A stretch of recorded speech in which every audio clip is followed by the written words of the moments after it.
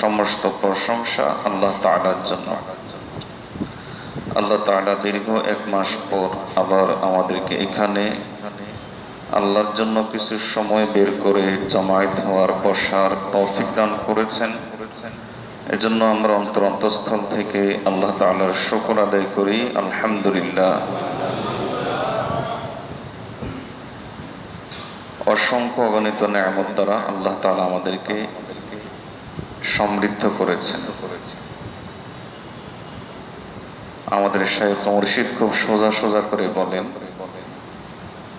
আল্লাহ যদি এই চোখ না দিতেন তাহলে অন্ধ হতাম, এই জবান না দিলে বোবা হতাম, হাত না দিলে প্রতিবন্ধী হতাম, পা না দিলে প্রতিবন্ধী হতাম, শ্রবণ শক্তি না দিলে বধির হতাম, টাকা পয়সা না দিলে ফকির হতাম, ইজ্জত না দিলে লাঞ্ছিত হতাম, সন্তান না দিলে নিঃসন্তান হতাম। এত সব নেয়ামত আপন স্থানে সবগুলোই বড়, কোনো নেয়ামতই ছোট নয়। কিন্তু এই সকল নেয়ামতের মধ্যে সবচাইতে বড় নেয়ামত হলো ঈমানের নেয়ামত। এর চাইতে বড় নেয়ামত আর কোনো কিছু নেই। যে কোনো নেয়ামত সম্পর্কে দুটি জিনিস খেয়াল রাখতে হয়। প্রথমত নেয়ামতের যত্ন নিতে হয়, দ্বিতীয়ত নেয়ামতটা যেন হারিয়ে না যায়, নষ্ট হয়ে না যায়, এদিকে খেয়াল রাখতে হয়। ঠিক তেমনি ভাবে ঈমান নামক নেয়ামতের ব্যাপারও ওই দুটা জিনিস খেয়াল রাখতে হয়, যত্ন নিতে হয় এবং যেন নষ্ট না হয় এদিকে খুব খেয়াল রাখতে হয়। এটার দৃষ্টান্ত হলো অনেকটা এরকম, যেমন এক লোক জাহাজে করে সফর করছে, জাহাজের নাবিক সে, তার জাহাজের মধ্যে কোটি কোটি টাকার সম্পদ, নির্দিষ্ট গন্তব্যে সে পৌঁছবে, যাবে। এই জাহাজকে নির্দিষ্ট গন্তব্যে নিতে হলে দুটি ভয় তার মধ্যে থাকে। একটি হলো জাহাজের আভ্যন্তরীণ কোনো ত্রুটির কারণে জাহাজটা ডুবে যায় কিনা, আর আরেকটা জিনিসও খেয়াল রাখতে হয়, বাইরের কোনো শত্রু যেমন জলদস্যু অথবা বড় বড় হাঙ্গর আছে, এগুলো জাহাজটাকে ধরে ডুবিয়ে দেয় কিনা। আমাদের এই ঈমান নামক সবচাইতে দামি সম্পদ আখিরাত পর্যন্ত নিয়ে যাওয়ার জন্য জীবন নামক এই জাহাজ আমাদের জীবনে আছে। আমাদের দামি সম্পদটাকে ছিনতাই করার জন্য একদিকে আমাদের ভিতরের শত্রু নফস আছে, আর একদিকে বাইরের শত্রু ইবলিস, ইহুদি, খ্রিস্টান, বেঈমান, কাফের। তারাও আমাদের এই ঈমান নামক সম্পদ ছিনিয়ে নিতে চায়। এই দুই শত্রু থেকে আমাদের এই সম্পদটাকে হেফাজত করে আখিরাত পর্যন্ত নিয়ে যাওয়ার দায়িত্ব আমাদের প্রত্যেকেরই।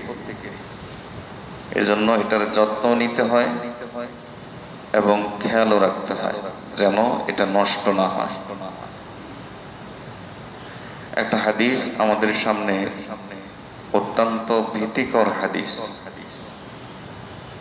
রাসূলুল্লাহ সাল্লাল্লাহু আলাইহি ওয়াসাল্লাম এক দীর্ঘ হাদিসের একাংশে বলেছেন, ওয়া মিনহুম মান ইউলাদু মুমিনান ওয়া ইয়াহইয়া মুমিনান ওয়া ইয়ামুতু কাফিরা।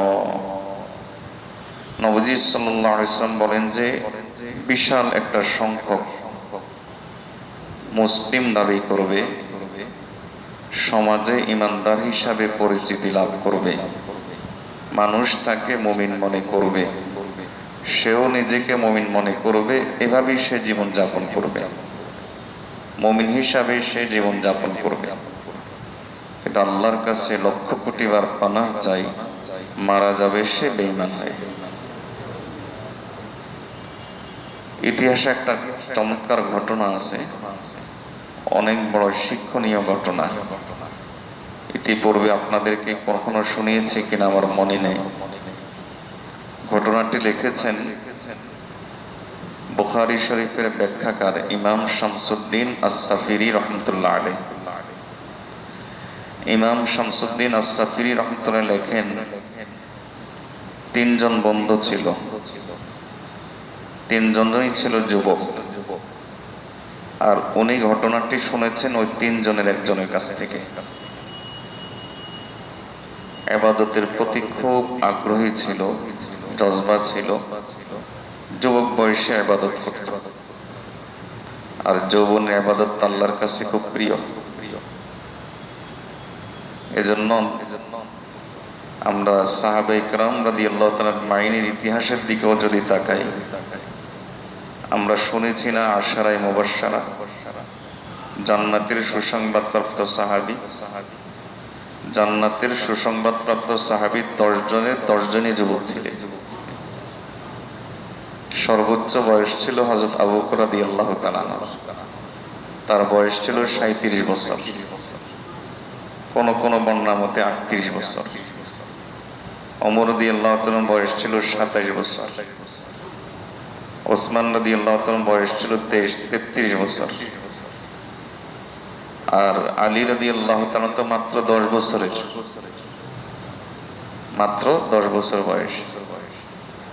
তালহা রাদিয়াল্লাহু তাআলা জান্নাতের সুসংবাদ পেয়েছেন মাত্র 16 বছর বয়স।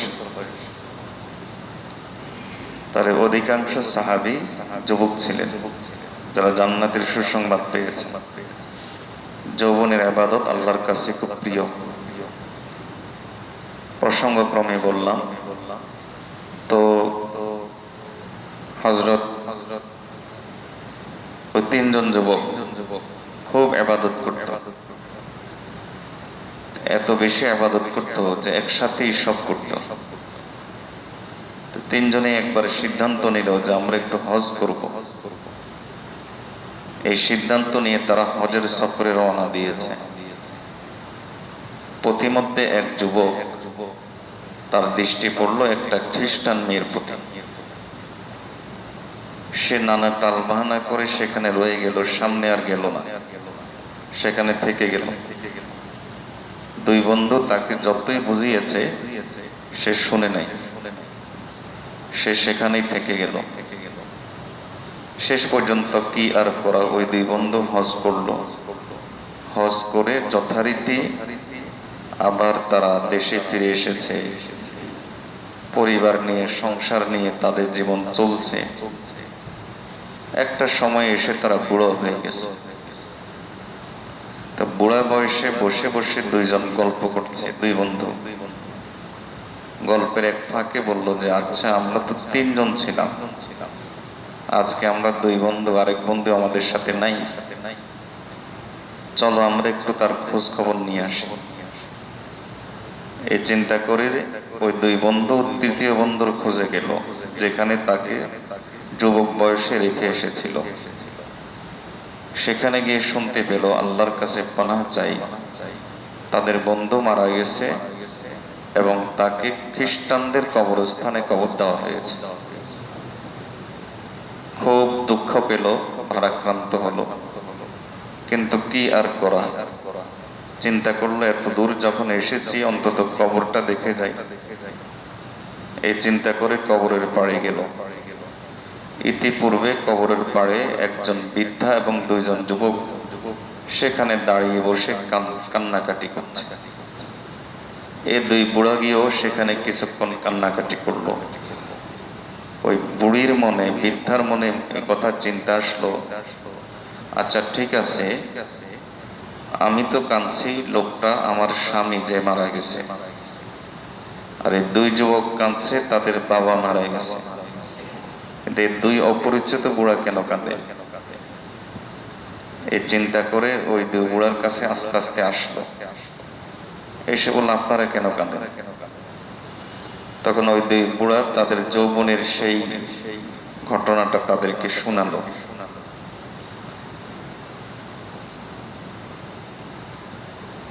अल्लाह अकबर। दिल से जो बात निकलती है असर करती है दिल पर। শুধু ঘটনা শুনিয়েছে, কিন্তু এমনভাবে তাদের দিলে লেগেছে, ওই বুড়ির দিলে। বুড়ি বলল যে আপনারা তো এতটুকু জানেন, পরবর্তী ঘটনাটা আমার কাছে শোনেন। আপনাদের বন্ধু যেই মেয়ের প্রেমে পাগল হয়ে এখানে রয়ে গিয়েছিল, সে মেয়েটা হলাম আমি নিজে। আপনাদের বন্ধু আপনারা চলে যাওয়ার পরে আমাদের বাবার কাছে গেল, গিয়ে তারপরে বলেছিল যে আপনার মেয়েকে বিয়ে করতে চাই। আমার বাবা বলল তোমাকে দেখতে তো সুন্দরই লাগে, হাট্টা কাট্টা যুবক, ঠিক আছে তোমার কাছে বিয়ে দিব, তবে শর্ত হলো তোমাকে খ্রিস্টান হয়ে যেতে হবে। আপনাদের বন্ধু আমার বাবার প্রস্তাবে খ্রিস্টান হয়ে গিয়েছিল। পরবর্তীতে যথারীতি সংসার হয়েছে। আর আমাদের সংসারে এই দুই যুবকদের দেখতে পাচ্ছেন, এই দুটা ছেলে। কিন্তু আপনাদের কথা থেকে বোঝা যায় ইমানের চাইতে দামি কোনো জিনিস নাই।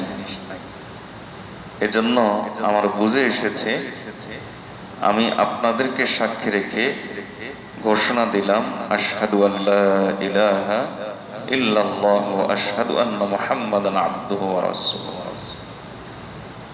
ওই দুই যুবক বলল যে আমাদের মা এলাকাতে খুব বুদ্ধিমতী হিসাবে পরিচিত। এলাকার অন্যান্য মহিলারা তার কাছে বিভিন্ন পরামর্শের জন্য আসে। মা যে সিদ্ধান্ত নেন বুঝে শুনেই নেন। কাজে তিনি যখন ঈমান এনেছেন বুঝে শুনেই এনেছেন। আমরাও মায়ের সাথে পড়লাম আশহাদু আল্লা ইলাহা ইল্লাল্লাহু ওয়া আশহাদু আন্না মুহাম্মাদান আবদুহু ওয়া রাসূলুহু। এই ঘটনাটা নকল করার পরে ইমাম শামসুদ্দিন আস-সাফিরি রাহমাতুল্লাহ আলাইহি পরবর্তীতে যে কথাটা লেখেন, এই কথাটা আপনাদেরকে আমার শোনানোর উদ্দেশ্য।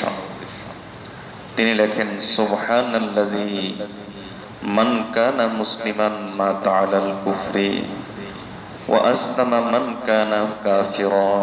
আল্লাহ কতই না অমুখাপেক্ষী সত্তা।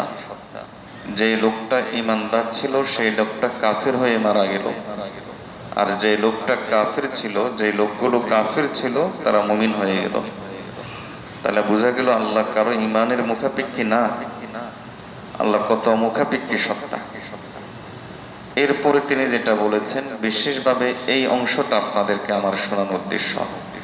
তিনি বলেন, ফালিযালিকা ইয়ানবাগী আন ইয়াখাফাল মুসলিমু আকিবাতা আমরিহি। এই ঘটনা থেকে এই শিক্ষা আমরা পেলাম, প্রত্যেক মুসলমানের এই চিন্তা করা উচিত, এই ভয় করা উচিত যা আমার শেষ সময়টা কোন অবস্থায় মারা যায়,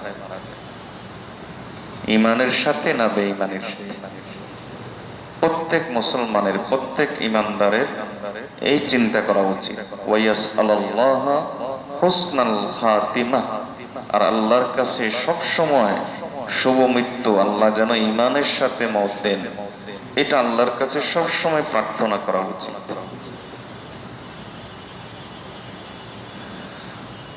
আমার জীবনও একটা ঘটনা আমি প্রায় জায়গায় বলি, মাঝে মাঝে বলি, এবং এটা আমি ভুলতে পারি না। আমার মনে পড়ে যে আপনাদের এখানেও কোনো একদিন বলেছিলাম আমি, অথবা নাও বলতে পারি, কিন্তু আমি ভুলতে পারি না বিষয়টা। কারণ চোখের দেখা তো, নিজের চোখের দেখা। আর এই বিষয়টা যখন আলোচনা আসে তখন এই ঘটনাটা মনে পড়েই, এবং আমি ভুলতে পারি না। এবং বলতে পারেন যে এই ঘটনাটা আমার জীবনে আমাকে অনেক বড় একটা শিক্ষা দিয়েছে।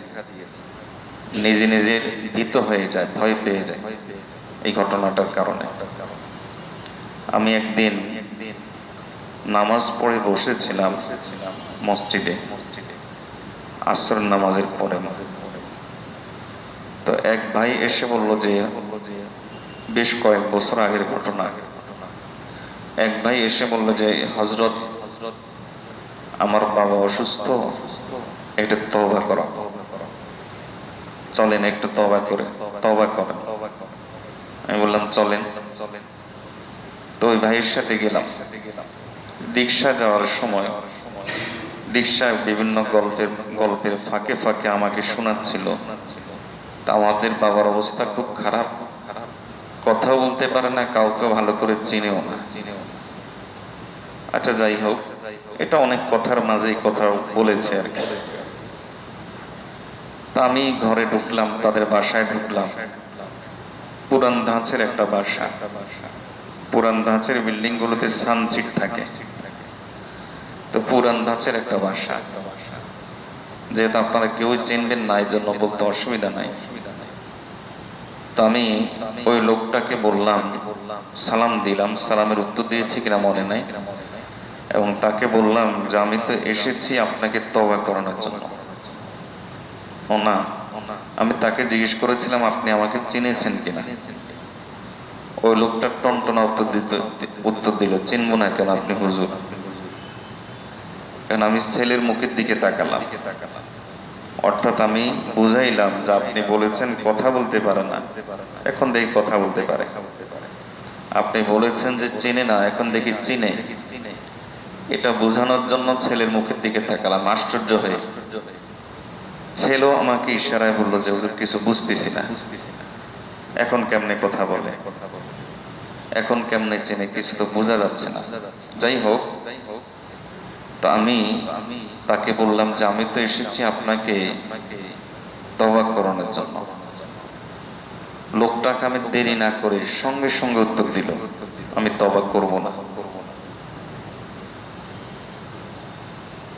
আমি তো আশ্চর্য হয়ে গেলাম, গাছ থেকে পড়ে গেলাম কেমন যেন। তা আমি বললাম যে আপনি তওবা করবেন না কেন? তওবার ফজিলত সম্পর্কে অতি সংক্ষেপে তাকে কিছু কথা শোনালাম। এরপর বললাম যে এবার তওবা করেন। লোকটা আমাকে বলল হুজুর আমি তওবা করব না। এবার আমি একটু ধমক দিলাম, ধমক দিয়ে বললাম যে তওবা করবেন না কেন, আপনার সমস্যাটা কি? লোকটা তখন ওই যে সানসেটের দিকে আমাকে দেখাচ্ছে, দেখে বলতেছে হুজুর তওবা করব কেমনে? ওই যে মুগুর নিয়ে বসে আছে, আমাকে বলে যে তওবা করলেই নাকি আমাকে পিটাবে, আমাকে মেরে ফেলবে। এজন্য আল্লাহর বান্দা, কার শেষ অবস্থা কেমন হয় কিছুই বলা যায় না। এজন্যই ইমাম শামসুদ্দিন আস-সাফরি রাহমাতুল্লাহ আলাইহি লেখেন, ফালিযালিকা ইয়ানবাগি আন ইয়াখাফাল মুসলিমু আকিবাতা আমরিহি ওয়া ইয়াসআলাল্লাহা হুসনাল খাতিমা। প্রত্যেক মুমিনের প্রয়োজন সব সময় এই কথা ভয় করা যে আমার শেষ অবস্থাটা না জানি কেমন, এবং সব সময় সে আল্লাহর কাছে শেষ অবস্থাটা যেন ইমানের হালতে হয়, আল্লাহর কাছে এ দোয়া করা। আরেকটা ঘটনা মনে পড়লো, ইতিহাস থেকে এই ঘটনাটা বলি। হযরত ফুযাইল ইবনে ইয়াজ রাহমাতুল্লাহ আলাইহি, ফুযাইল ইবনে ইয়াজ রাহমাতুল্লাহর নাম তো আপনারা অনেকেই শুনেছেন। এক সময় তিনি ডাকাতের সর্দার ছিলেন। ওই যে যৌবনে তওবা করলে আল্লাহ বেশি কবুল করেন, মাত্র 21 বছর বয়সে তিনি তওবা করেছেন। কিশোর গ্যাং ছিল তার, কিশোর গ্যাং বুঝেন তো, ওই যুগেও কিন্তু কিশোর গ্যাং ছিল, তোনার কিশোর গ্যাং ছিল। ওই গ্যাংয়ের তিনি সর্দার ছিলেন, লিডার ছিলেন। তা একটা মেয়ের প্রেমে পড়ছে, তো ওই মেয়েটাকে দেখার জন্য গোপনে চুরি করে একটা গাছে উঠছে, জানালা দিয়ে ওই মেয়েটাকে দেখবে। তো গাছে উঠছে যখন, ওই গাছের আগায় থাকতেই তখন শুনলো একটা ছোট্ট বাচ্চা পাশের ঘরে কোরআন তেলাওয়াত করছে। তো কোরআন তেলাওয়াতের একটা অংশ তার কানে আসলো, আলাম ইয়ানি লিল্লাযিনা আমানু আন তাখশা কুলুবুহুম লিযিকরিল্লাহ। ঈমানদার যারা, আল্লাহর স্মরণে, আল্লাহর ভয়ে তাদের অন্তর এখনো কি কেঁপে ওঠার সময় হয় নাই? ফুযাইল ইবনে ইয়াজ রাহমাতুল্লাহ আলাইহি বলেন যে কথাটা যেন আমাকেই বলা হয়েছে। আমি সঙ্গে সঙ্গে উত্তর দিলাম, কাদ আনা রাব্বি, ও আমার রব, সময় হয়ে গেছে। আমি সাথে সাথে ওখানে থাকতে তওবা করে নিলাম। যখন মানুষ প্রথম তওবা করে, পিছনের জীবন লাথি মারে, তখন মন অনেকটা এলোমেলো থাকে, এক প্রকার শান্তি কাজ করে, আবার এক প্রকার কেমন অস্থিরতা কাজ করে। তো ফজল ইবনে ইয়াজ রাহমাতুল্লাহ আলাইহি সারাদিন ঘোরাঘুরি করলেন, সারাদিন সারা রাত তিনি ঘোরাঘুরি করলেন, পরের দিনও ঘোরাঘুরি করলেন। পরের দিন যখন সন্ধ্যা হলো তখন একটা মেহমানখানায়, ওই জগতে সরাইখানা ছিল, মেহমানখানা, তো একটা মেহমানখানায় তিনি গেলেন। তো শুনতে পেলেন যে কিছু লোক বলা বলি করছে, এই সন্ধ্যা নেমে গেছে, এখন আর সফর করা যাবে না।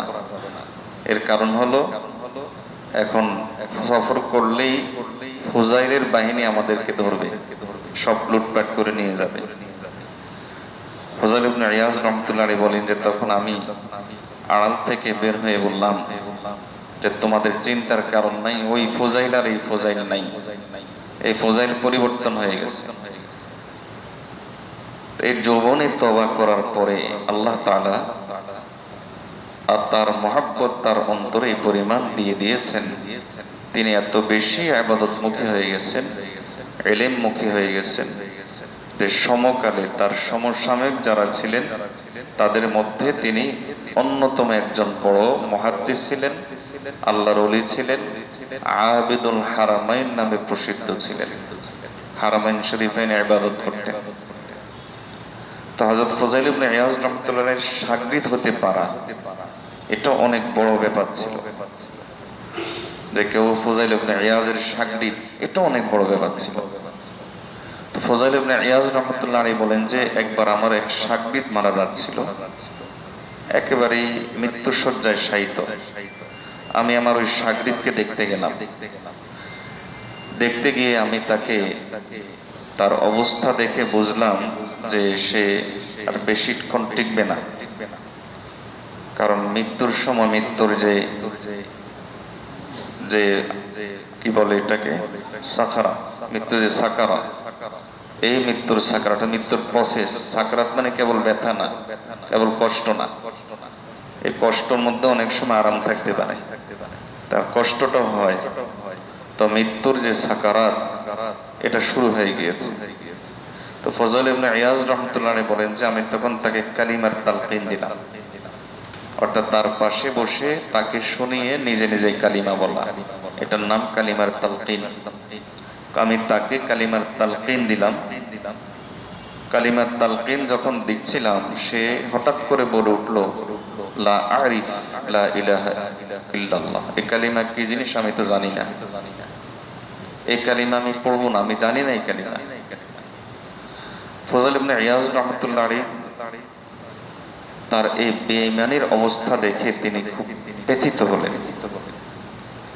তিনি লেখেন যে এরপরে ওখান থেকে আসার পর আমার কয়েক রাত কয়েক দিন, এক বর্ণনাতে তিনি বলেন যে 40 রাত 40 দিন এরকম হয়েছে যে চোখ বন্ধ করলেই আমার ওই ঘটনাটা মনে পড়ে। আমি কোনোভাবে দুই চোখের পাতা একসাথ করতে পারি না, পেরেশানি। এটা কি আমি দেখলাম, আমি এটা কি দেখলাম যে একজন লোক সে বলছে যে আমি লা ইলাহা ইল্লাল্লাহ জানি না, আমি এটা পড়বো না, সে বেঈমান হয়ে মারা গেল। এটা কি দেখলাম আমি? 40 রাত 40 দিন আমি দুই চোখের পাতা একসাথ করতে পারিনি। এরপর হঠাৎ একদিন এরকম তন্দ্রা এসেছে। কতদিন এরকম না ঘুমিয়ে থাকা যায়, পাগল হয়ে যাওয়ার মতো অবস্থা। তন্দ্রা এসেছে, এমন সময় দেখলাম যে ওই লোকটা জাহান্নামের আগুনের মধ্যে সাঁতরাচ্ছে। ফজল ইবনে ইয়াজ রাহমাতুল্লাহ তখন তাকে জিজ্ঞেস করলেন, মা বিকা হাযিহিল খাতিমা ওয়া ক্বাদ কুনতা আ'লামা তালামিজাতি, ও আমার শাগরিদ, তোমার এই খারাপ মৃত্যু কেন হলো? কেন তুমি ঈমানহারা হয়ে মরলা? অথচ তুমি তো আমার সবচেয়ে ভালো শাগরিদ ছিলা।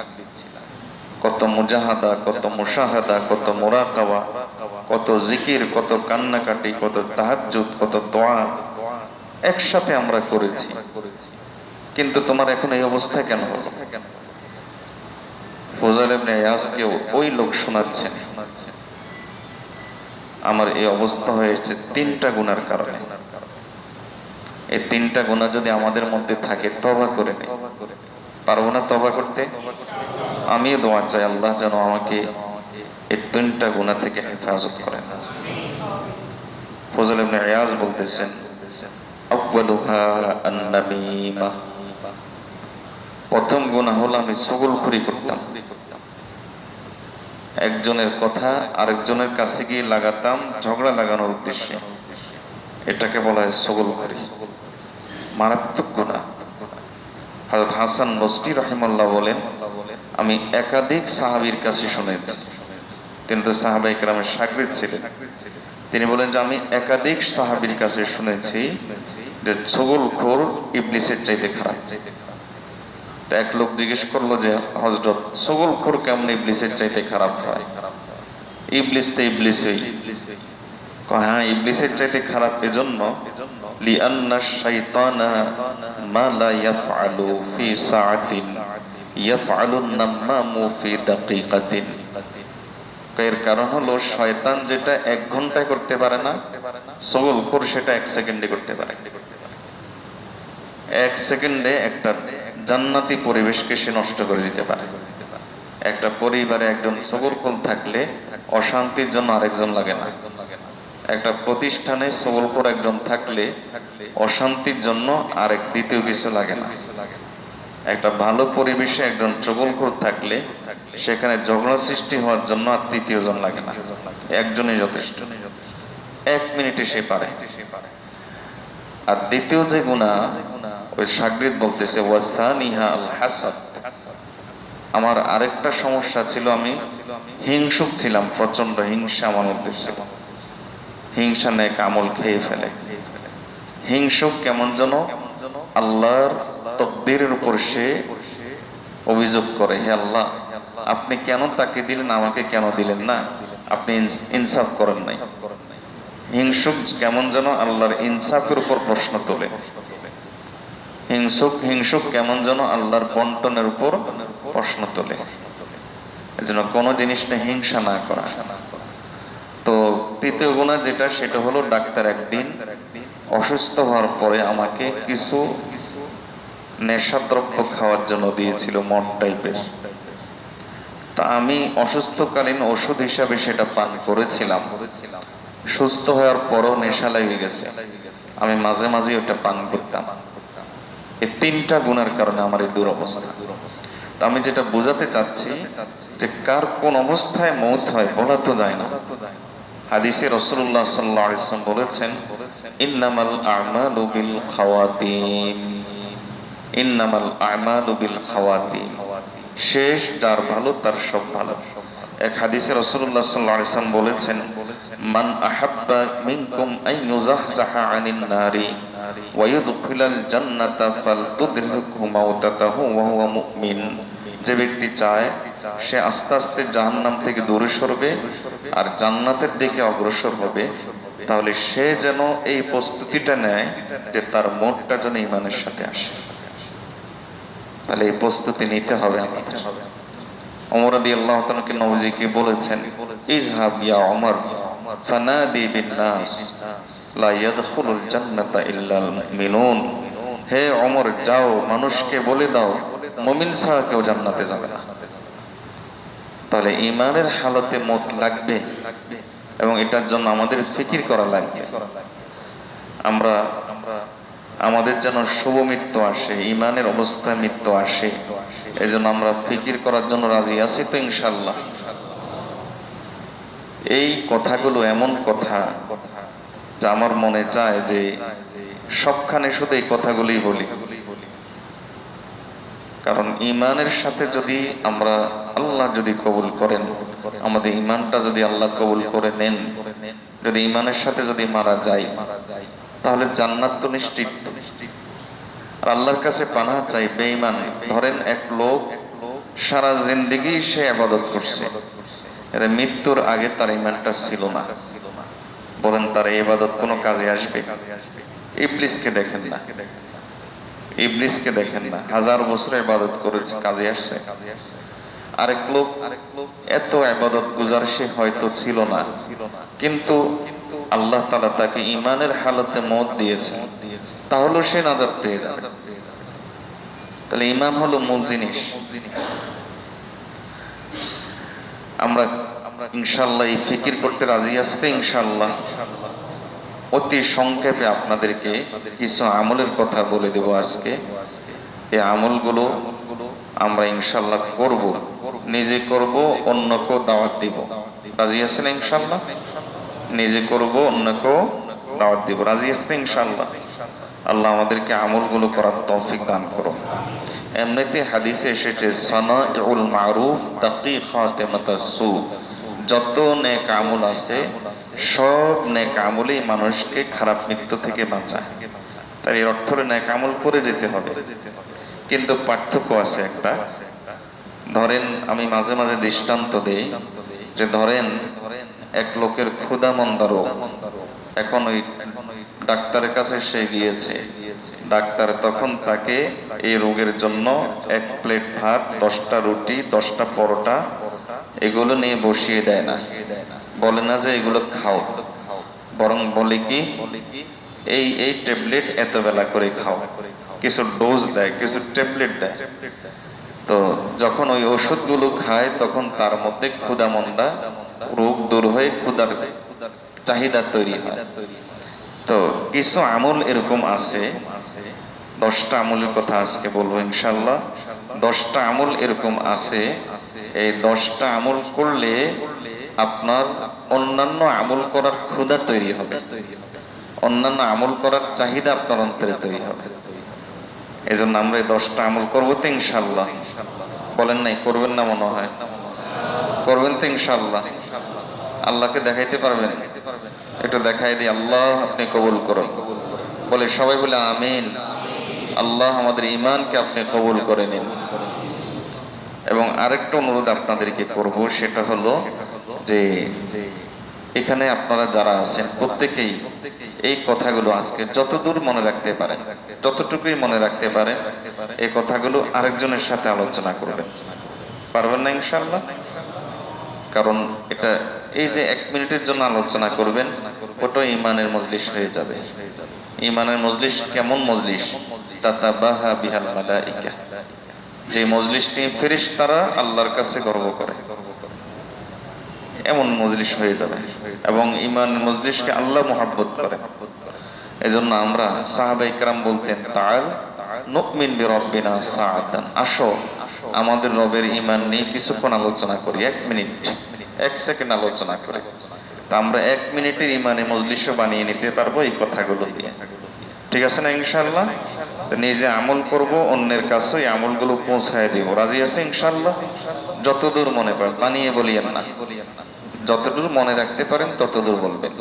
আল্লাহ আমাদের সকলকে তৌফিক দান করুন। সবাই বলে আমিন। হাদিসে রাসূলুল্লাহ সাল্লাল্লাহু আলাইহি ওয়াসাল্লাম বলেন যে কোন ব্যক্তির প্রতি যদি আল্লাহ তাআলা বিশেষ রহমত চান, তার প্রতি যদি আল্লাহ কল্যাণ চান, আল্লাহ যদি তার দিকে দয়ার দৃষ্টি দেন, ইস্তা'মালাহু ক্বাবলাল মাউত, মওতের আগে আল্লাহ তাআলা তাকে তার আমিল, তার কর্মী বানিয়ে দেন। সাহাবী জিজ্ঞেস করলেন, ইয়া রাসূলুল্লাহ সাল্লাল্লাহু আলাইহি ওয়াসাল্লাম, মওতের আগে কেমনে কর্মী হয়? নবীজি সাল্লাল্লাহু আলাইহি ওয়াসাল্লাম তখন বললেন, ইউফিকুহুল্লাহু তাআলা সালিহা আমালিহি ক্বাবলাল মাউত, মওতের আগে আল্লাহ তাকে নেক আমল করার তৌফিক দিয়ে দেন। তো আমরা যদি এই আমলগুলো করতে থাকি, আমলের অভ্যাসটা একদিনে হয় না। শাইখুল হাদিস জাকারিয়া রাহমাতুল্লাহ আলাইহি বলতেন, আমলের সৌন্দর্য হলো আমলে অভ্যস্ত হওয়া। অভ্যস্ত না হলে আমলের সৌন্দর্য কখনো প্রকাশ পায় না। যেমন ধরেন আপনারা নামাজের এই ফজিলত শুনলেন, অথবা ধরেন জিকিরের এই ফজিলত শুনলেন, অথবা একটা আমলের অনেক ফজিলত শুনলেন। এই ফজিলত কখন পাবেন? যখন এটা কন্টিনিউ হবে, যেটা নিয়মিত হবে। এটা নিয়মিত না হলে এটা সৌন্দর্যটা প্রকাশ পাবে না, মানে ফজিলতটা আপনার জীবনে আসবে না। এটার রং ধরাইতে হলে আপনার এই আমলটা নিয়মিত করতে হবে। আল্লাহ আমাদের তৌফিক দান করুন। সবাই বলে আমিন। যাই হোক, কথা আর না বাড়িয়ে অতি অল্প সময়ে সংক্ষেপে আমি সবগুলোর উপর ছোট্ট ছোট্ট করে বলে যাব ইনশাআল্লাহ। আল্লাহ আমাদেরকে আমল করার তৌফিক দান করুন। নিয়ত করি যে ইনশাআল্লাহ আমল করব ইনশাআল্লাহ। প্রথম এক নম্বর তো আছেই, যেটার নাম নামাজ। যার নাম কি, এটা তো এক নম্বরে থাকবেই। কারণ ইন্না বাইনাল কুফরি ওয়াশ শিরকি ওয়াল ঈমানি তারকাস সালাহ। রাসূলুল্লাহ সাল্লাল্লাহু আলাইহি ওয়াসাল্লাম বলেছেন, ঈমান কুফরের মধ্যে পার্থক্য সৃষ্টিকারী জিনিসের নাম নামাজ। একটা পয়েন্ট আপনাদেরকে দেখাই কোরআন থেকে, যে আমরা এক সময় সাহাবায়ে কেরাম, আমরা বলতে সাহাবায়ে কেরাম রাদিয়াল্লাহু তাআলা আজমাইন এক সময় বাইতুল মুকাদ্দাসের দিকে ফিরে নামাজ পড়তেন। সম্ভবত 16 মাস সাহাবায়ে কেরাম বাইতুল মুকাদ্দাসের দিকে ফিরে নামাজ আদায় করেছেন। এরপরে কিবলা পরিবর্তন হয়ে বাইতুল্লাহ হয়ে গেছে। এখন কিছু সাহাবীর মনে প্রশ্ন আসলো, আচ্ছা এই 16 মাসে কত সাহাবী মারা গেছেন? তো যারা মারা গেছেন তারা তো কিবলা পান নাই, কারণ কিবলা তো বোঝা গেছে চূড়ান্ত কিবলা এটাই ফাইনাল। তাহলে ওটা তো ফাইনাল ছিল না, এটা একটা টেম্পোরারি ব্যবস্থা ছিল, অস্থায়ী একটা ব্যবস্থা ছিল। এখন যারা ওই দিকে ফিরে নামাজ পড়েছে তাদের নামাজের কি অবস্থা? যারা মারা গেছে বা যারা আছে তাদের নামাজ কি আদৌ আছে? কারণ কোন ব্যক্তি যদি কিবলা ঠিক না রেখে নামাজ পড়ে তাহলে তার নামাজ হয় না, নামাজ দোহরাইতে হয়। তাহলে তারা তো কিবলা ঠিক রেখে নামাজ পড়তে পারে নাই 16 মাস পর্যন্ত, তাহলে তাদের নামাজের কি অবস্থা? এজন্য রাসূলুল্লাহ সাল্লাল্লাহু আলাইহি ওয়াসাল্লামের কাছে এসে সাহাবায়ে কেরাম বললেন, ইয়া রাসূলুল্লাহ সাল্লাল্লাহু আলাইহি ওয়াসাল্লাম, নামাজের কি অবস্থা? এই 16 মাসের নামাজ কোন দিকে যাবে? এটা ঠিক আছে তো না নষ্ট হয়ে গেছে? এবার আপনাদেরকে একটা প্রশ্ন করি, আপনারা একটু কষ্ট করে উত্তর দিবেন। সাহাবায়ে কেরাম কি সম্পর্কে জিজ্ঞেস করেছেন? নামাজ সম্পর্কে না ঈমান সম্পর্কে? নামাজ সম্পর্কে। সাহাবায়ে কেরাম জিজ্ঞেস করেছেন, ইয়া রাসূলুল্লাহ সাল্লাল্লাহু আলাইহি ওয়াসাল্লাম, এই 16 মাসের নামাজের কি অবস্থা? তাহলে প্রশ্নটা ছিল নামাজ সম্পর্কে। এবার আল্লাহ কিভাবে উত্তর দিচ্ছেন দেখেন। আল্লাহ তাআলা আয়াত নাযিল করলেন। আল্লাহ বলেন, ওয়ামা কানাল্লাহু লিউদিআ ঈমানাকুম, আমি আল্লাহ তোমাদের ঈমান নষ্ট করি নাই। আমি আল্লাহ তোমাদের ঈমান নষ্টকারী না, আমি করব না তোমাদের ঈমান নষ্ট। তো সাহাবায়ে কেরাম প্রশ্ন করেছেন, আমাদের নামাজ নষ্ট হলো কিনা?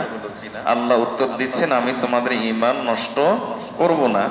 তাহলে বোঝা গেল যে নামাজ মানে ঈমান, ঈমান মানে নামাজ। এটার অনেকটা এরকম, যারা মাদ্রাসায় পড়ে তারা একটা কথা বলে যে ইমাম আবু ইউসুফ মানে ইমাম আবু হানিফা। তো ইমাম আবু ইউসুফ মানে কি আসলে ইমাম আবু হানিফা? না, দুইজন ব্যক্তি তো আলাদা। একজন ইমাম আবু ইউসুফ, একজন ইমাম। কিন্তু ইমাম আবু ইউসুফ রাহিমাহুল্লাহ ইমাম আবু হানিফার সাথে তার এত মিল ছিল, এজন্য বলা হয় ইমাম আবু ইউসুফ মানে ইমাম আবু হানিফা। ঠিক ঈমান আর নামাজ এটা আলাদা হলেও কিন্তু দুইটার সাথে এত গভীর সম্পর্ক রয়েছে যে যার জীবনে নামাজ নাই তার জীবনে ঈমান থাকে না, আর বেঈমান কখনো নামাজ পড়ে না। আল্লাহ আমাদেরকে বোঝার তৌফিক দান করুন। এজন্য শুভ মৃত্যুর জন্য, ঈমানের সাথে মৃত্যুর জন্য 1 নম্বর কাজের নাম কি বলেন? নামাজ। আল্লাহ তৌফিক দান করুন। শাইখুল হাদিস জাকারিয়া রাহমাতুল্লাহ আলাইহি বলেন যে এক লোক খুব ব্যস্ত থাকার কারণে সে হয়তো নফল আমলগুলো ঠিক মতো করতে পারে না, কিন্তু এই ব্যস্ততার ফাঁকে ফাঁকে সে তার 5 ওয়াক্ত নামাজ কোনোভাবে ছাড়ে না, জামাতের সাথে আদায় করে। তাহলে আল্লাহ তাআলা তাকে, তিনি বলেন, আমি আল্লাহর রহমতের উপর আশা রেখে বলি, আল্লাহ তাআলা তাকে বিনা হিসাবে জান্নাত দান করুন। আল্লাহ আমাদেরকে তৌফিক দান করুন। 2 নম্বর আমল, যদি আমরা ভালো মৃত্যু চাই, শুভ মৃত্যু চাই, তাহলে 2 নম্বর আমলের নাম হলো দৃষ্টির হেফাজত করা। বলেন, কি বলেছি? দৃষ্টির হেফাজত করা। কুদৃষ্টি খুব খারাপ জিনিস। কুদৃষ্টির কারণে ঈমান হারা হয়, এটাতে একটু আগেই দেখলেন ওই 3 যুবক। একজন ঈমান হারা হলো কি জন্য? কুদৃষ্টির কারণে। তাহলে কুদৃষ্টির কারণে ঈমান হারা হয়। এই কুদৃষ্টি এই যে আমাদের নামাজে অলসতা বা নামাজে আমাদের গাফলতি, যারা নামাজ পড়ে না, নামাজে উদাসীনতা, আর আমরা যারা পড়ি আমাদের নামাজে খুশু থাকে না, দুইটাই সমস্যা। একটা নামাজ না পড়া এটা তো বড় সমস্যা, আর নামাজে খুশু না থাকা এটাও বড় একটা সমস্যা। এটাও কিন্তু কুদৃষ্টির কারণে, এই জিনিসটাও কিন্তু কুদৃষ্টির কারণেই হয়। কারণ সম্ভবত আব্দুল্লাহ ইবনে মুবারক রাহিমাহুল্লাহ, আব্দুল্লাহ ইবনে মুবারক রাহিমাহুল্লাহর কাছে এক যুবক আসলো, এসে বলল, হযরত নামাজের সমস্যা আমার, নামাজ ঠিক মতো পড়ি না, পড়লেও মনোযোগ থাকে না। আব্দুল্লাহ ইবনে মুবারক রাহমাতুল্লাহ তখন এভাবে তার জামার আস্তিন ধরে টান দিয়েছেন, টান দিয়ে বলেন যে উতরুকিন নাজদাল হারাম ইউওয়াফিকুকাস সালাহ ওয়াতরুকিন নাজদাল হারাম ইউওয়াফিকুকাল খুশুআ ফিস সালাহ। হারাম দৃষ্টি ছেড়ে দাও, আল্লাহ তোমাকে নামাজের তৌফিক দিবেন। হারাম দৃষ্টি ছেড়ে দাও, আল্লাহ তোমাকে নামাজে মনোযোগ এনে দিবেন।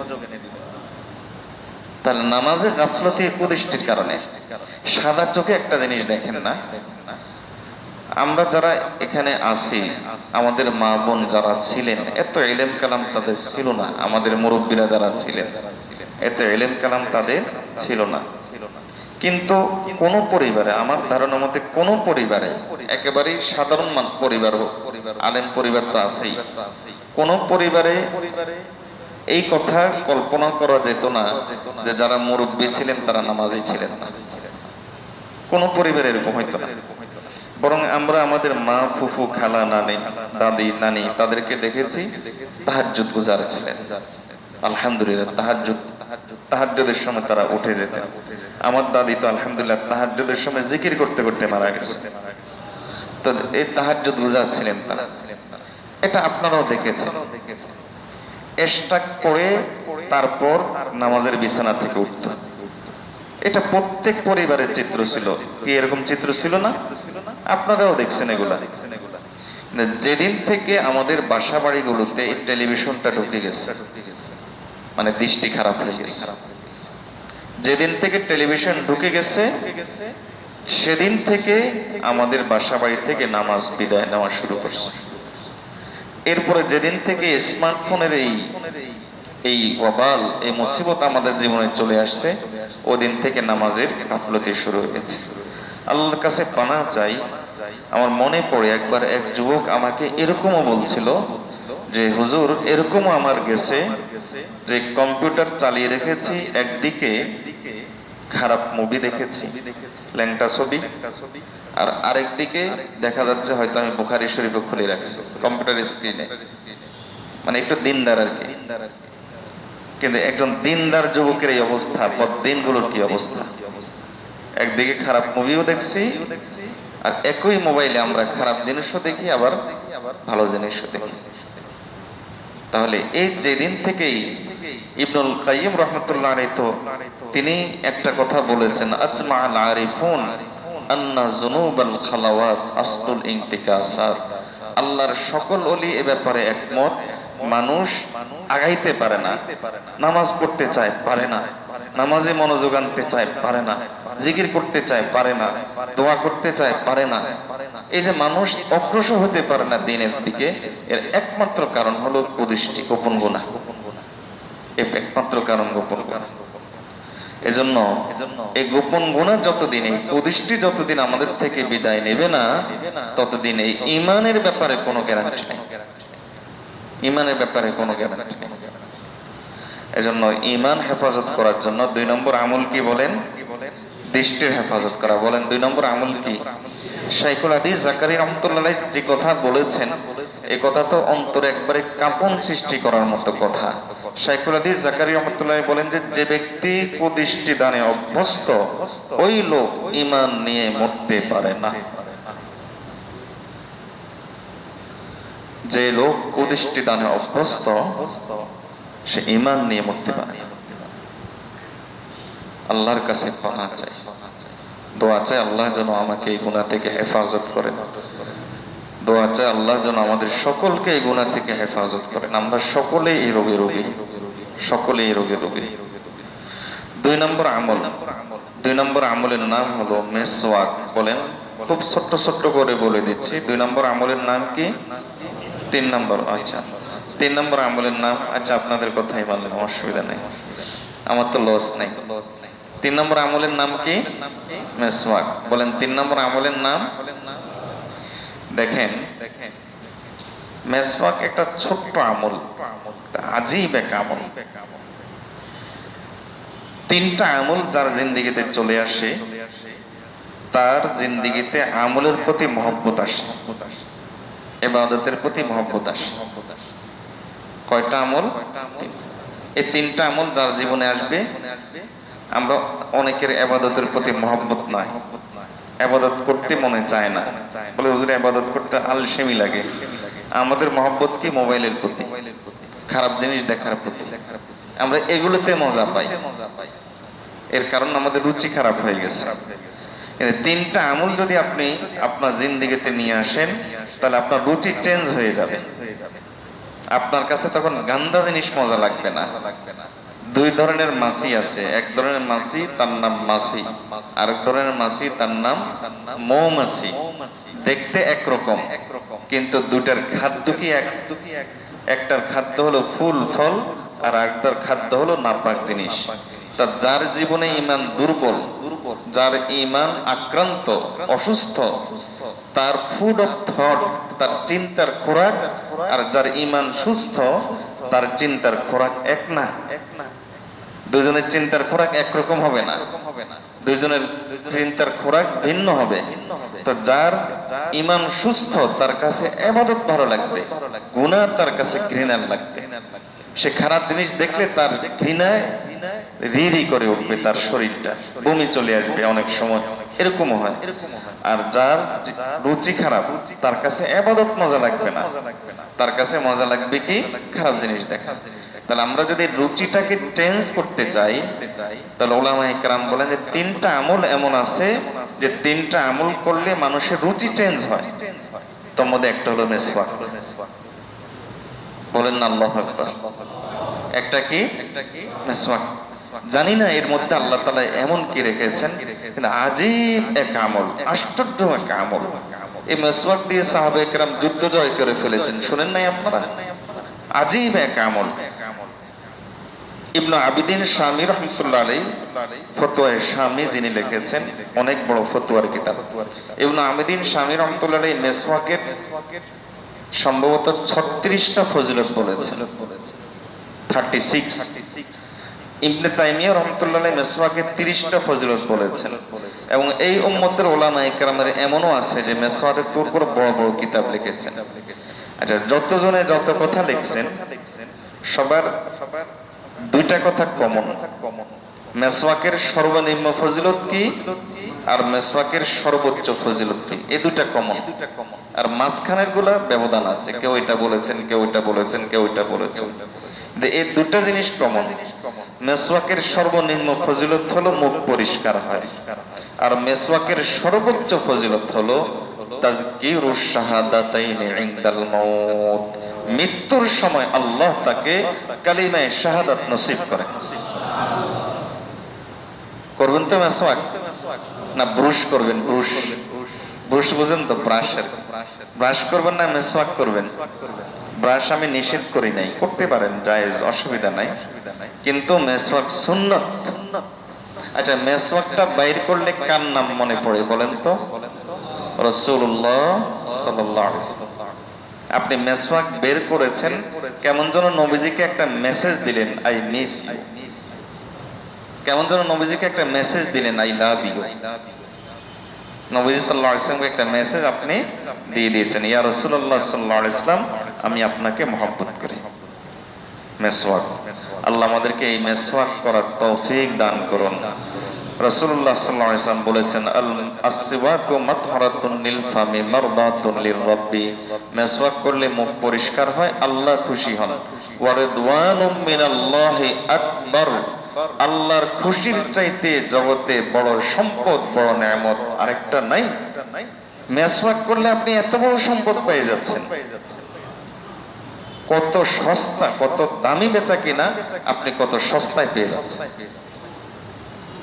কত দামি জিনিস আপনি কত সস্তায় পেয়ে যাচ্ছেন। এই জন্য মেসওয়াক করবো তো ইনশাআল্লাহ। 3 নম্বর না 4 নম্বর আমল? 4 নম্বর আমল। আল্লাহ আমাদেরকে এই 4 নম্বর আমলটাও করার, 3 নম্বর আমলটাও করার তৌফিক দান করুন। 4 নম্বর আমল হলো সবসময়, যে বলতে চেয়েছিলাম না, 3টা আমল এরকম আছে যে 3টা আমল করলে কি হয়? রুচি চেঞ্জ হয়, রুচি চেঞ্জ হয়। মানে আপনার গুনার স্বাদ লাগবে না, তখন আপনার কাছে ইবাদত স্বাদ লাগবে। হাদিসে রাসূলুল্লাহ সাল্লাল্লাহু আলাইহি ওয়াসাল্লাম দোয়া শিক্ষা দিয়েছেন কোরআনের আয়াত থেকে চয়ন করে, আল্লাহুম্মা হাব্বিব ইলাইনাল ঈমান ওয়া যায়্যিনহু ফি কুলুবিনা ওয়া কাররিহ ইলাইনাল কুফরা ওয়াল ফুসুকা ওয়াল ইসয়ান ওয়াজআলনা মিনার রাশিদিন। হে আল্লাহ, ঈমান আমার কাছে প্রিয় বানিয়ে দেন, ঈমানদার অন্তর সাজিয়ে দেন, আর কুফর, ফুসুক, গুনাহ এগুলো আমার কাছে ঘৃণার বানিয়ে দেন। তাহলে আপনার এই যে রুচি চেঞ্জ, ঈমান, আমল এগুলো প্রিয় হওয়া, আর কুফর, গুনাহ এগুলো আপনার কাছে ঘৃণার হওয়া, এটা আপনি এই 3টা জিনিস করলে ওলামায়ে কেরাম লেখেন রুচিটা চেঞ্জ হবে। 1 নম্বর হলো মেসওয়াক। 1 নম্বর মেসওয়াক। কারণ মেসওয়াক করলে খুশি হন কে? আল্লাহ। আর আল্লাহর খুশির চাইতে বড় সম্পদ আর কিছু আছে? আর কিছু নাই। কারণ আল্লাহ নিজেই বলেছেন ওয়ারিদওয়ানুম মিনাল্লাহি আকবার। আল্লাহর খুশি হলো সবচাইতে বড় সম্পদ। আর দ্বিতীয় সেটা আমাদের এখানে চতুর্থ, ওখানে দ্বিতীয় আর এখানে চতুর্থ। ঈমানের সাথে শুভ মৃত্যুর জন্য চতুর্থ আমল, আর রুচি চেঞ্জের জন্য 3টার সেটা দ্বিতীয় আমল হলো ওযুর সাথে থাকা। বলেন কিসের সাথে থাকা? দেখবেন ওযুর সাথে থাকলে ইবাদতের প্রতি আপনার মহব্বত আসবেই। ওযুর সাথে থাকলে ইবাদতের প্রতি মায়া আপনার আসবেই, ইবাদতের প্রতি মজা আপনার আসবেই যদি আপনি ওযুর সাথে থাকেন।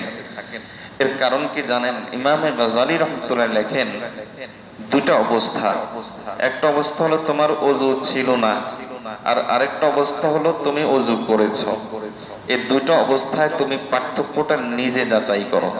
তিনি বলেন যে 2 সময় তুমি তোমার অন্তরের দিকে একটু তাকিও, একটু দেখবা, তখন তুমি টের পাইবা যে তুমি যখন ওযু করছো তখন তোমার মনের অবস্থায় চেঞ্জ হয়ে গেছে। চেঞ্জ কেন হবে না? কারণ ওযুর মাধ্যমে আপনার জীবন থেকে গুনাহ ঝরে। আর অন্তরের ময়লার নাম কি? বলেন না, অন্তরের ময়লার নাম কি? গুনাহ। তাহলে অন্তর রুচি নষ্ট করে কে? গুনাহ। অন্তর রুচি নষ্ট করে গুনাহ। আপনি ওযু করলেন, ওযুর মাধ্যমে আপনার অন্তরের এই ময়লাটা বের হয়ে গেলে এর অর্থ আপনার অন্তর সুস্থ হয়ে যাচ্ছে, রুচি ভালো হয়ে যাচ্ছে। এবার ইবাদত আপনার কাছে ভালো লাগবে। ওযু রত থাকলে নামাজ ভারী মনে হবে না। আসে না, ওয়া ইন্নাহা লাকাবীরাতুন ইল্লা আলাল খাশিঈন। নামাজ অনেকের কাছে অনেক বড় বোঝা মনে হয়। দেখবেন যে কিছু লোক আছে 1-1.5 ঘন্টা তারা রোদের মধ্যে কষ্ট করতে পারবে, কিন্তু নামাজ পড়তে পারবে না। আছে না এরকম কিছু লোক? একবারে ভারী ভারী বোঝা নিয়ে তারা দেখবে বস্তাটা নিয়ে যাচ্ছে, কিন্তু নামাজের কথা বলেন ওইটা পারে না। তাহলে এটা তাদের কাছে ভারী। ওযুরত থাকলে নামাজ আপনার কাছে ভারী মনে হবে না। আপনার কাছে ওযু তো আছে, ঠিক আছে, নামাজটা আদায় করে নেই। দেখেন চিন্তার পরিবর্তনটা দেখেন। ধরেন আপনার ওযু আছে, নামাজের সময় হয়ে গেছে, তখন আমাদের চিন্তা আসছে কি, ওযু যখন আছে তাহলে নামাজটা সেরে ফেলি। আর ওযু নাই, এখন নামাজের সময় হয়ে গেছে, তখন চিন্তা করি আচ্ছা একটু পরে পড়ি, আচ্ছা একটু পরে পড়ি। তাহলে এক ওযুতে আপনার চিন্তার আকাশ পাতাল ব্যবধান করে দিচ্ছে। এই চিন্তার মধ্যে আকাশ পাতাল ব্যবধান হয়ে গেছে। রাসূলুল্লাহ সাল্লাল্লাহু আলাইহি ওয়াসাল্লাম হযরত আনাস রাদিয়াল্লাহু তাআলাকে বলেন, ইয়া বুনাইয়া ইন ইসতাতা'তা আন তাকুনা আবাদান আলা ওযুইন ফাফআল। হে আমার ছেলে, নবীজি আনাস রাদিয়াল্লাহু তাআলাকে আদর করে কি ডাকতেন? ছেলে ডাকতেন। হে আমার ছেলে, যদি তুমি পারো তাহলে সব সময় তুমি ওযুরত থাকবা। কেন? فإن ملك الموت إذا قبض روح العبد هو على وضوء كتب له شهادة কারণ ফেরেশতারা যখন তার রূহ কবজা করতে আসে আর তার যদি ওযু থাকে তাহলে আল্লাহ তাআলা তাকে শাহাদাত এর মত দান করেন, শহীদ হিসাবে কবুল করে নেন। আল্লাহ আমাদেরকে সবসময় ওযুরত থাকার তৌফিক দান করুন। কয়টা গেল? চারটা। এবার রুচি চেঞ্জের 3 নম্বর আমলটা বলে দেই, কারণ এরপরে নাই। 3 নম্বর আমল হলো দোয়া। বলেন কি? আপনি যত বেশি দোয়া করবেন তত বেশি আপনার ইবাদতের স্বাদ আপনার অন্তরে আসবে। ইবাদতের স্বাদ আপনার অন্তরে আসবে। ইবনে তাইমিয়া রাহমাতুল্লাহ আলাইহি বলতেন, দোয়া এমন এক সোলজার, এমন এক সেনাবাহিনী যে কখনো পরাজিত হয় না। কারণ দোয়া যদি কবুল না হয় তাহলেও আপনি জিতে গেছেন, আর কবুল হলে তো জিতেই গেছেন। হারনে মে ভি জিত হ্যায়, জিতনে মে তো জিত হি জিত হ্যায়। দোয়া ধরেন কবুল হয় নাই, সমস্যা কি? দোয়া কবুল হয় নাই আপনাকে কে বলেছে? আপনি দুনিয়াতে দেখতেছেন কবুল হয় নাই, আখিরাতে তো আল্লাহ জমা রেখেছে, তো কবুল হয় নাই কে বলেছে? তা দোয়া কখনো এমন এক সেনাবাহিনী যে কখনো ব্যর্থ হয় না, যার জীবনে পরাজয় বলতে কোনো কিছু নাই, এমন এক জিনিসের নাম হলো দোয়া। এজন্য আমরা দোয়া করবো তো ইনশাআল্লাহ। দোয়া করলে আল্লাহ তাআলা আপনার ইবাদতের স্বাদ আস্তে আস্তে অন্তরে এনে দিবেন। যত বেশি দোয়া করতে পারবেন আল্লাহ আপনার অন্তরে তত বেশি ইবাদতের স্বাদ দিবেন, রুচি চেঞ্জ হবে। আল্লাহ এই দোয়াটাও বেশি বেশি করে করার তৌফিক দান করুন, বলে আমিন। তাহলে 1 নম্বর হলো মিসওয়াক, 2 নম্বর হলো ওযুরত থাকা, 3 নম্বর হলো দোয়া করা। এই 3টা জিনিস যদি আপনার জীবনে চলে আসে তাহলে আপনার কুফর ভালো লাগবে না, ঈমান ভালো লাগবে, গুনাহ ভালো লাগবে না, নেক আমল ভালো লাগবে, ইবাদত ভালো লাগবে। আল্লাহ আমাদেরকে তৌফিক দান করুন, সবাই বলে আমিন। তখন দেখবেন যে একটার সময় মোবাইলও ভালো লাগবে না, তেলাওয়াত ভালো লাগবে। দেখবেন আপনি আমল করে দেখেন না, আমি বললাম তো, আপনি দেখেন। আমার কথা যদি আপনি মিথ্যা পান তাহলে তখন আমাকে ধরিয়েন, দেখবেন তখন এই মোবাইল আপনার কাছে ভালো লাগবে। মোবাইল জরুরতে ব্যবহার করবেন আর আপনার কাছে তখন তেলাওয়াত ভালো লাগবে। আল্লাহ আমল করার তৌফিক দান করুন। তাহলে ঈমানের সাথে মৃত্যুর জন্য বা শুভ মৃত্যুর জন্য কয়টা আমল গেল? বলেন না, কয়টা গেছে? 4টা। 5 নম্বর সংক্ষেপে বাকিগুলো বলে দিচ্ছি। 5 নম্বর হলো আজানের জবাব দেওয়া। বলেন কি বলেছি? আজানের জবাব দেওয়া।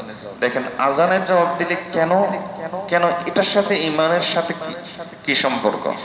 কারণ আজানের সাথে সম্পর্ক হলো নামাজের, আর নামাজের সাথে সম্পর্ক হলো ঈমানের।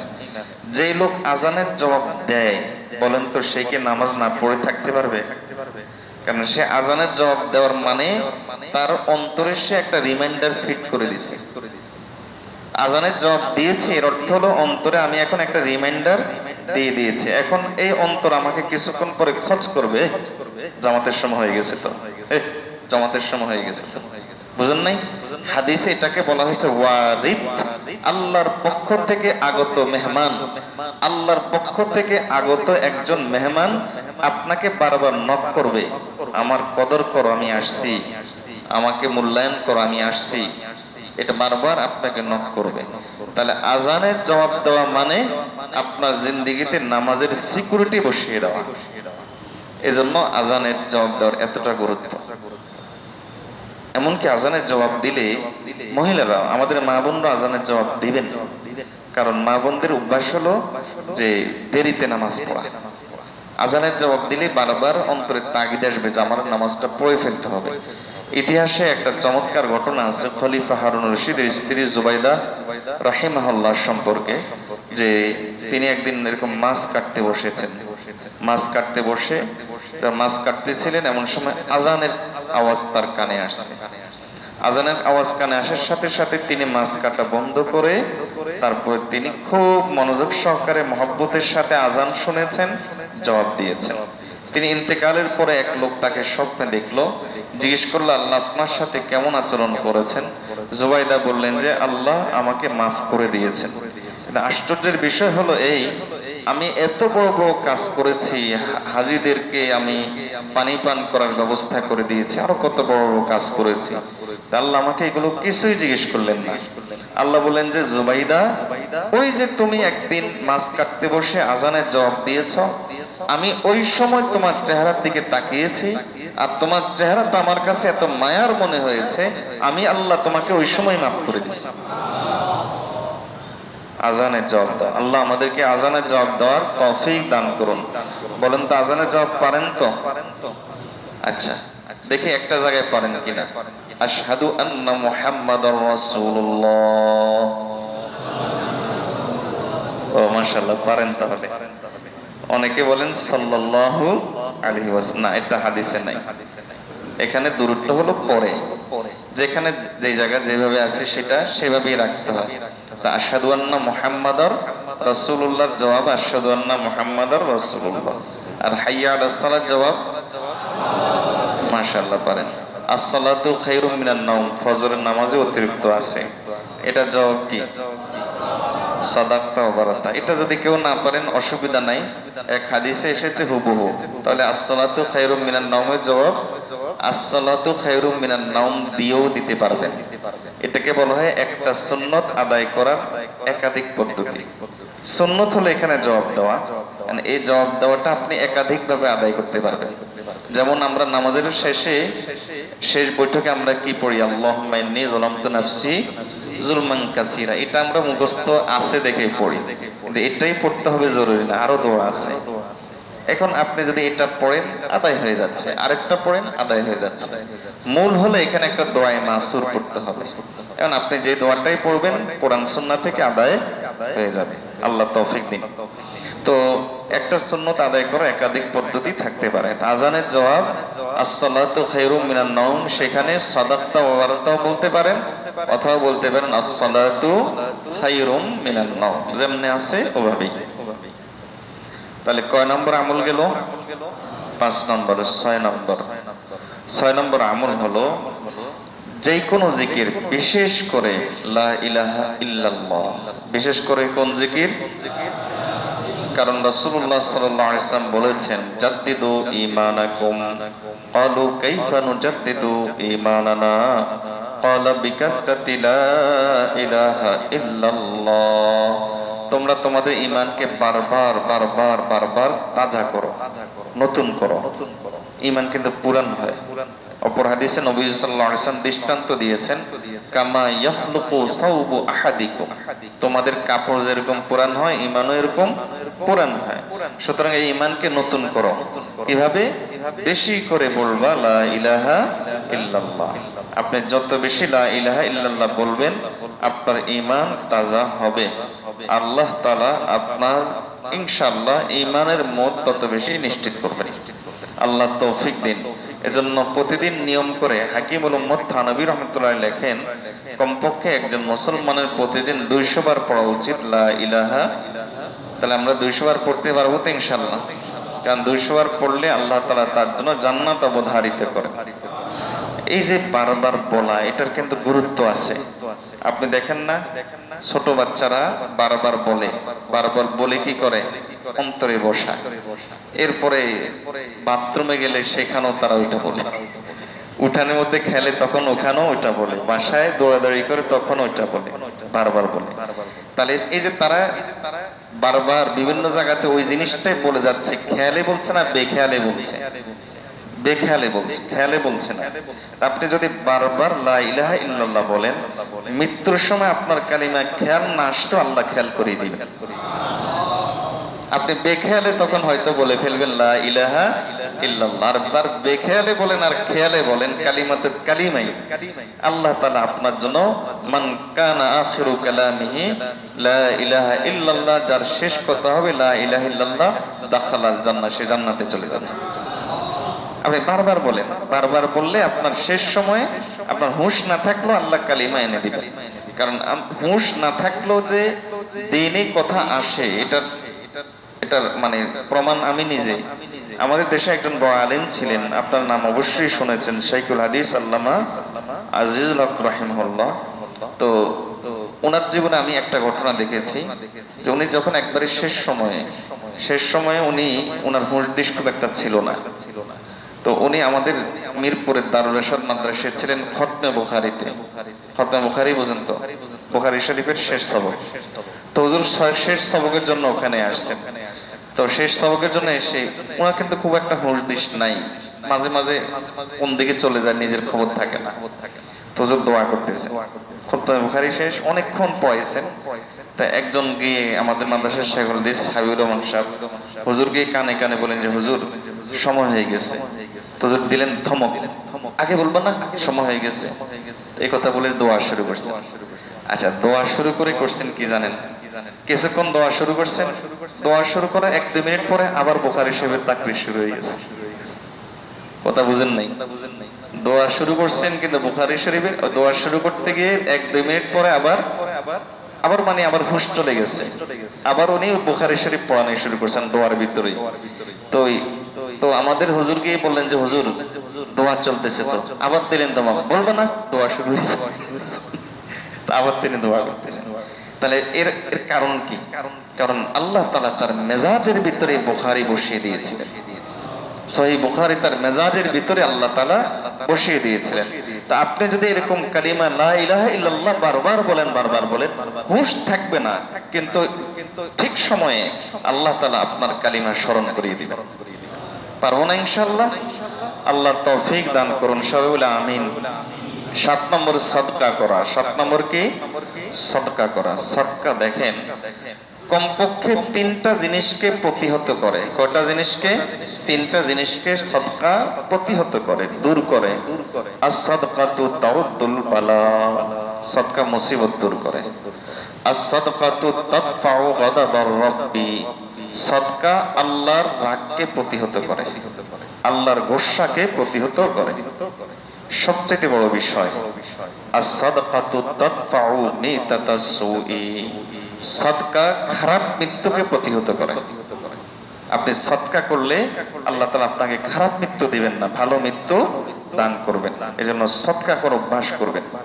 সদকা করতে না পারা আমার অন্তরে দুনিয়ার লোভ আছে এই কথার আলামত, কৃপণতার আলামত। আর দুনিয়ার লোভ এমন এক জিনিস যার কাছে এটা থাকে, নবী সাল্লাল্লাহু আলাইহি ওয়াসাল্লাম বলেন যে মা জিবানে জায়আন উরসিলা আলা গানামিন, দুইটা ক্ষুধার্ত ভাগ যদি একটা বকরির উপর ছেড়ে দেওয়া হয় তাহলে ওই বকরিটার কি অবস্থা হয়?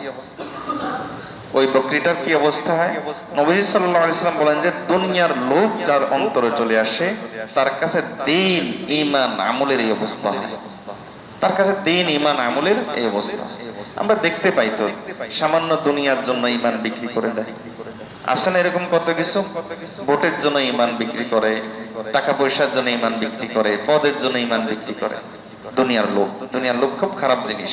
তো সদকা করতে পারলে আল্লাহ অন্তর থেকে ধীরে ধীরে দুনিয়ার লোভ দূর করে দিবেন। তার এটা কয় নম্বর আমল গেল? 7 নম্বর। 8 নম্বর আমল। 8 নম্বর আমল হলো আমরা উলামায়ে কেরাম এবং তালেবে ইলম যারা, উলামায়ে কেরাম এবং তালেবে ইলমদের সাথে আদবের সম্পর্ক বজায় রাখা। কিসের সম্পর্ক? আচ্ছা, আপনাকে জিজ্ঞেস করি, একটু উত্তর দিবেন, সকলে কষ্ট করে উত্তর দিবেন। নবীদের ওয়ারিস কারা? বলেন, নবীদের ওয়ারিস কারা? নবীদের ওয়ারিস উলামায়ে কেরাম। নবীদের ওয়ারিস উলামায়ে কেরাম না ব্যবসায়ীরা, ডাক্তাররা, ইঞ্জিনিয়াররা, কৃষকরা? কেউই না। কে? উলামায়ে কেরাম। উলামায়ে কেরামের সাথে যদি আপনি আদবের সম্পর্ক বজায় রাখতে না পারেন তাহলে কেমন যেন নবীদের সাথে আপনার আদবের সম্পর্কটা নাই। কারণ উলামায়ে কেরামের সম্পর্কে আদবের সম্পর্ক বজায় রাখতে হলে তো ওনাদের কথা শুনতে হবে। এখন তো প্রশ্ন হলো যে ওনাদের কথা কেমনে শুনবো? একজন কয় এটা করেন, আরেকজন কয় ওইটা করেন, আরেকজন কয় ওইটা করেন। একজনের কাঁটা একদিকে, আমরা কোন দিকে যাব? এই প্রশ্নটা আসে কিনা? দেখেন, আদবের সম্পর্ক বজায় রাখা এক জিনিস আর এটা ভিন্ন জিনিস। আদবের সম্পর্ক সর্ব অবস্থায় বজায় রাখতে হবে। আপনি তার কথা শুনেন বা না শুনেন, তাকে ভালো লাগে বা না লাগে, আপনার আদবের সম্পর্ক বজায় রাখতে হবে। এটা হলো এক বিষয়। যেমন আপনার বাবা আপনার কাছে ভালো লাগে নাই কোনো কারণে, আপনি কি তার সাথে বেয়াদবি করতে পারবেন? পারবেন না। আপনার মা, আপনার শিক্ষক আপনার কাছে কোনো কারণে ভালো লাগে নাই, কোন অন্যায় কাজ আপনার সাথে করছে, তাহলে কি আপনি তার সাথে খারাপ আচরণ করতে পারবেন? পারবেন না। ঠিক ওলামায়ে কেরাম এরা হলো উম্মতের বড়, কাজেই আপনি তাদের সাথে কোনো অবস্থাতে বেয়াদবি করতে পারবেন না। এটা এক বিষয়। আর আরেকটা বিষয় হলো কার কথা শুনবো, এটারও ফয়সালা দিয়ে দিচ্ছি, কিন্তু এই ফয়সালা নেওয়ার অর্থ এটা নয় যে ওইটা ভুলে যাবেন। ওইটা সব সময় একজন আলেম তা আপনার দৃষ্টিতে তার ঈমান আমল আপনার দৃষ্টিতে খারাপ হলেও তাকে সম্মান করবেন, এজন্য তার ঈমান আমলের জবাব সে আল্লাহর কাছে দিবেন। এটা আপনি আল্লাহ এবং তার নবীজির মহব্বতে তাকে মহব্বত করবেন। আপনি তো তার ব্যক্তি হিসেবে তো তাকে আপনি তার প্রতি আদব রাখতেছেন না। আদব রাখছেন কেন? যেহেতু মিরাসুন নবী, নবীজি সাল্লাল্লাহু আলাইহি ওয়াসাল্লাম মিরাস তার কাছে আছে। এখন কথা হলো কার কথা শুনবো। এখানে 1 মিনিটে একটা সমাধান দেই।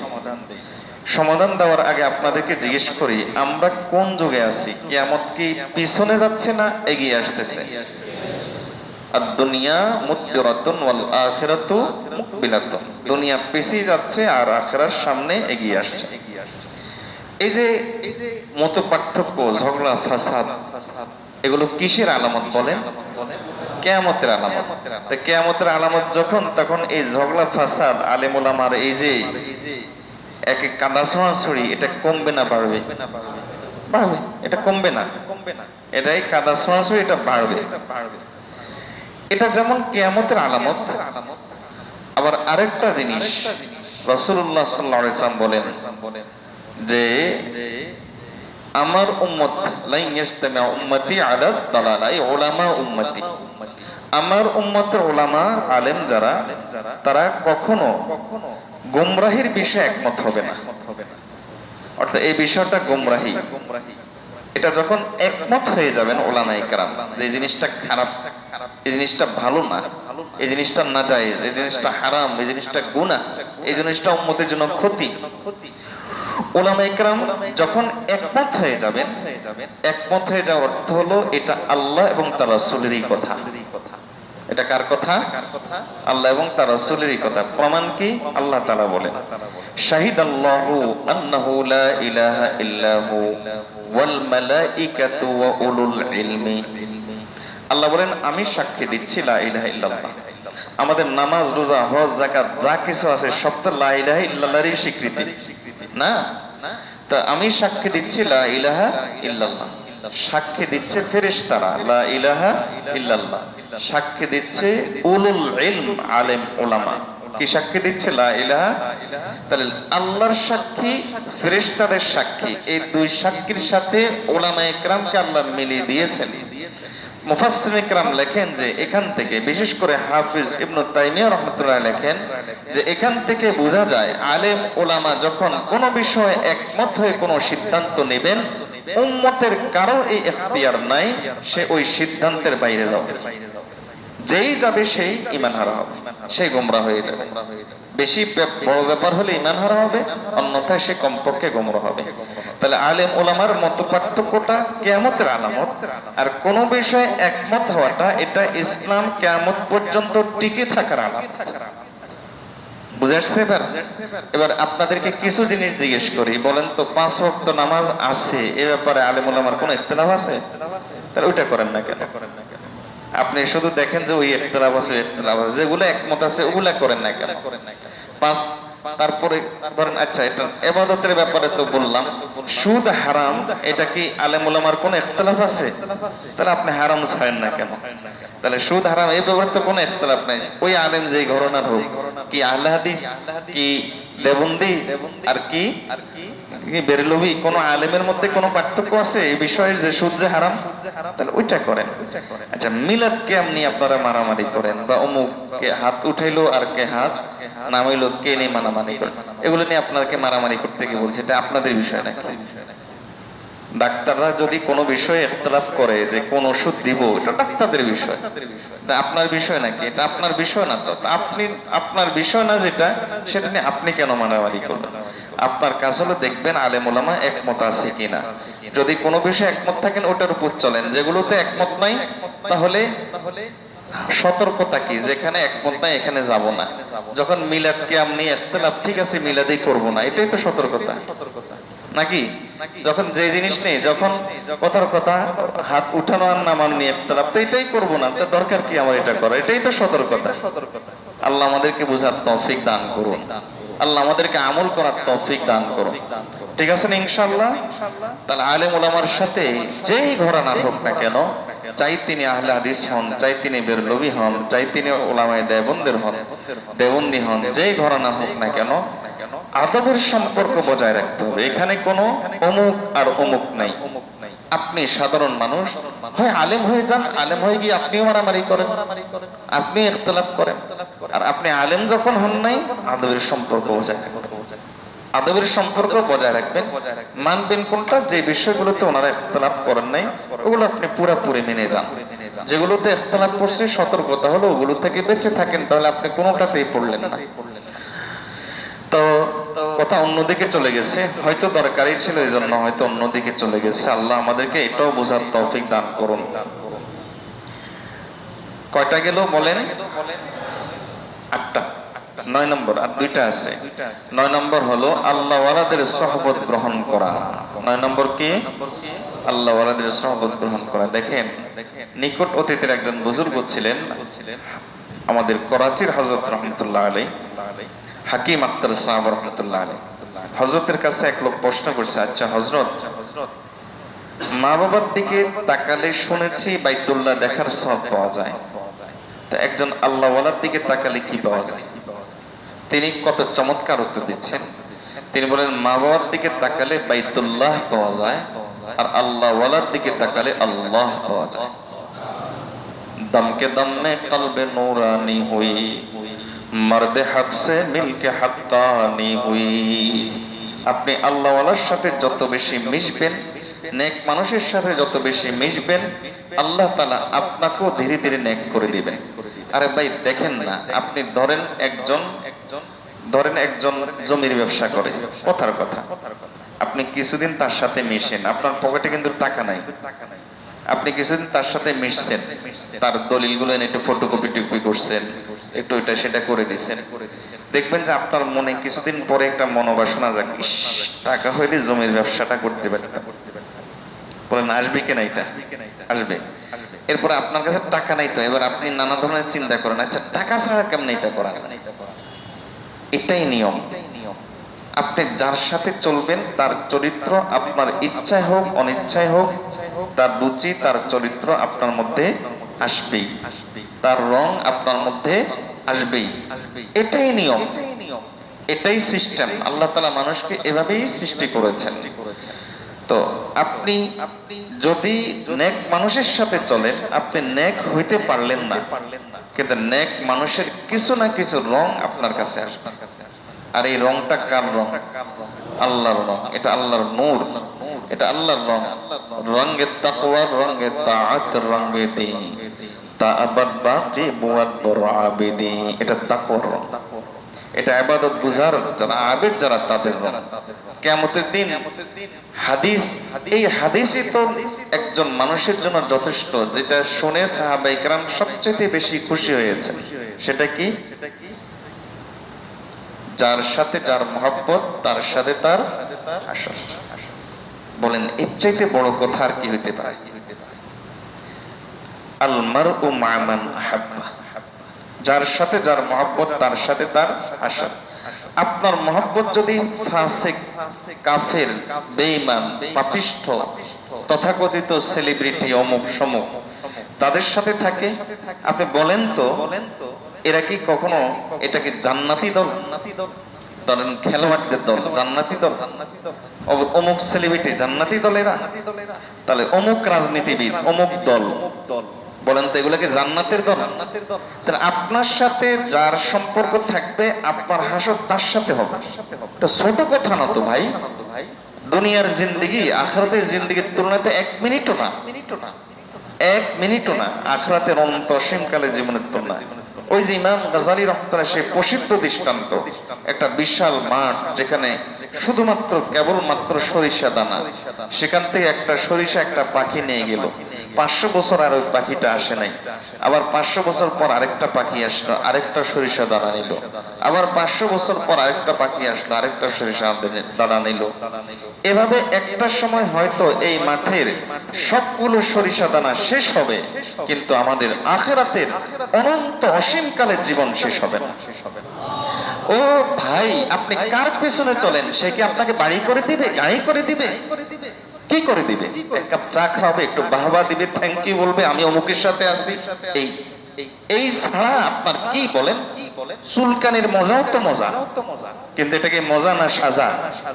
এই সমস্ত দুনিয়াদারদের সাথে সম্পর্ক রাখা এটাও মজা, কিন্তু এটা চুলকানির মজা, এটা খুশপাসটার মজা, এটা আসল মজা না।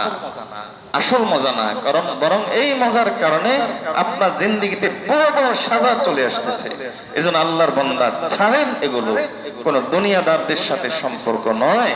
আমার সম্পর্ক থাকবে নেক মানুষদের সাথে, যেন কিয়ামতের দিন আল্লাহর কাছে বলতে পারে, ও আল্লাহ, যে আমি নেক মানুষ তো ছিলাম না, উহিব্বুস সালিহিনা ওয়া লাস্তু মিনহুম লাআল্লাল্লাহ ইয়ারযুকুনি সালাহ।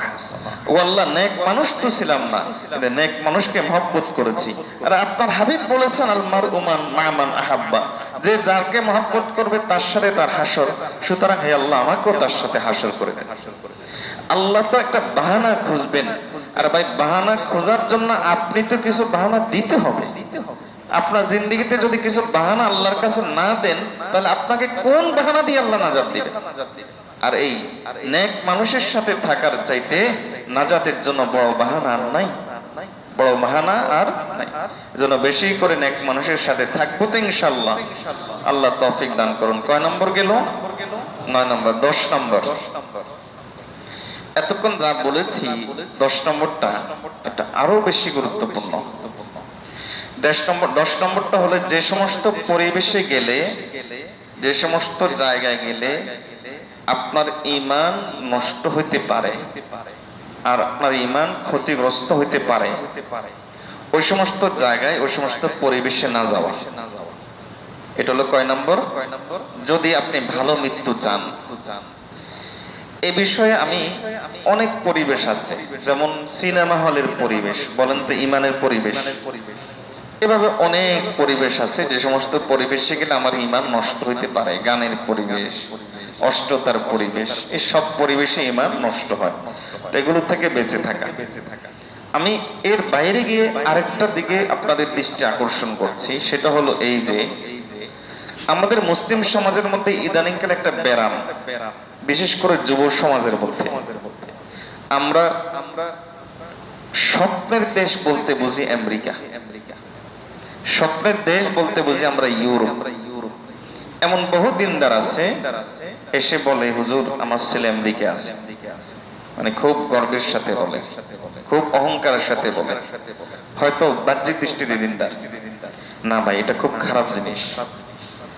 আচ্ছা, আমি আপনাদেরকে বলি, ধরেন আল্লাহ মাফ করুক, এই দৃষ্টান্তটা যদি ভুল হয় আল্লাহ মাফ করে দিন। ধরেন বেশ্যাখানা, যেখানে প্রস্টিটিউটটা থাকে, বলেন তো এটা ভালো পরিবেশ না খারাপ পরিবেশ? কারণ এখানে 24 ঘন্টা বেবিচার হয়। আচ্ছা, ওটা আর ধরেন যেখানে 24 ঘন্টা কুফর হয়, শিরিক হয়, শিরিক কুফর হয়, এই দুটাই খারাপ। কিন্তু কোরআন সুন্নাহর দৃষ্টিকোণে আপনার কাছে যদি এক সরিষা দানা ঈমান থাকে, এর আলোকে বলেন এই দুটার মধ্যে কোনটা বেশি খারাপ? বলেন কোনটা বেশি খারাপ? যেখানে শিরিক এবং কুফর হয়, এটা বেশি খারাপ না? আপনি আপনার সন্তানকে ইউরোপ আমেরিকার স্বপ্ন দেখাচ্ছেন, এবার বলেন আপনি কোন জায়গার স্বপ্ন দেখাচ্ছেন? কোন স্থানের স্বপ্নটা আপনি তাকে দেখাচ্ছেন? কোন জায়গা? এখন একটা ছোট্ট ঘটনা শোনাই, এবং এই ঘটনাটা আমি শুনেছি আমার এক ওস্তাদের কাছে। আর আমারও ওই ওস্তাদ ছিলেন হযরত হাফিজ হুজুর রাহমাতুল্লাহির শাগরিদ। হাফিজ হুজুরের নাম তো শুনেছেন। হযরত হাফিজ হুজুর রাহমাতুল্লাহির কাছে এক লোক আসছে, এটা আমি আমার ওস্তাদের কাছে শুনেছি, এবং তিনি ছিলেন হযরত হাফিজ হুজুরের শাগরিদ। তাহলে নিশ্চয়ই তিনি এই ঘটনাটা দেখেছেন অথবা শুনেছেন।